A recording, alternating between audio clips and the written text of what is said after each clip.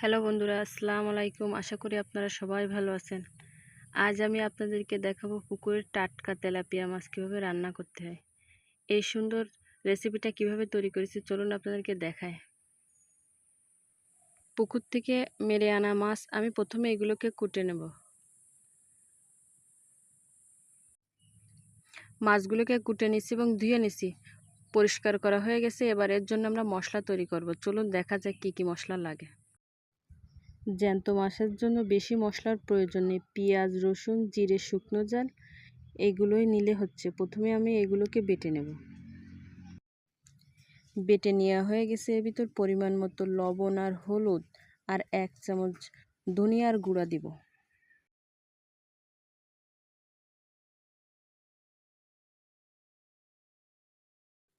এই পর্যায়ে চলুন রান্না শুরু করা যায়।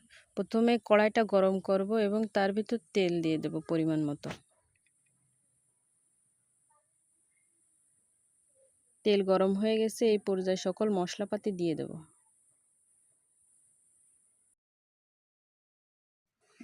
পাঁচ মিনিট ভালোভাবে মশলা কষায় নেব।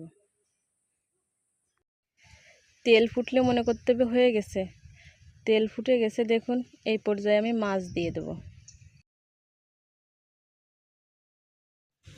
আমার ভিডিওটা আপনাদের কাছে ভালো লাগলে একটা লাইক করে দেবেন।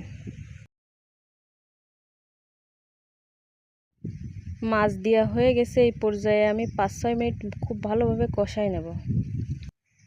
ততক্ষণ আপনারা আমার সাথে দেখতে থাকুন।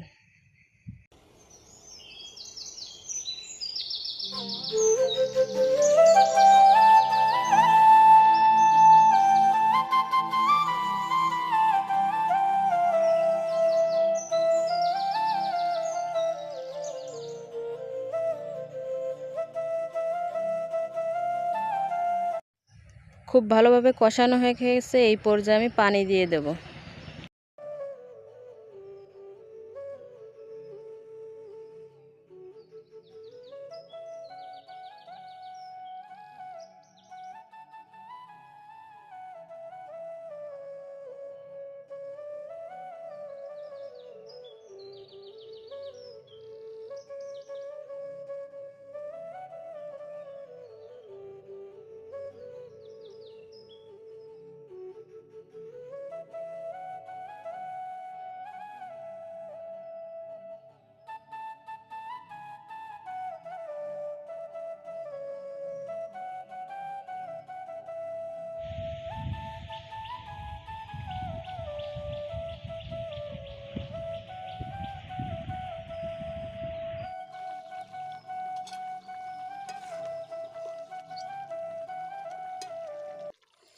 হয়ে গেছে। এই পর্যায়ে আমি নামায় ফেলবো।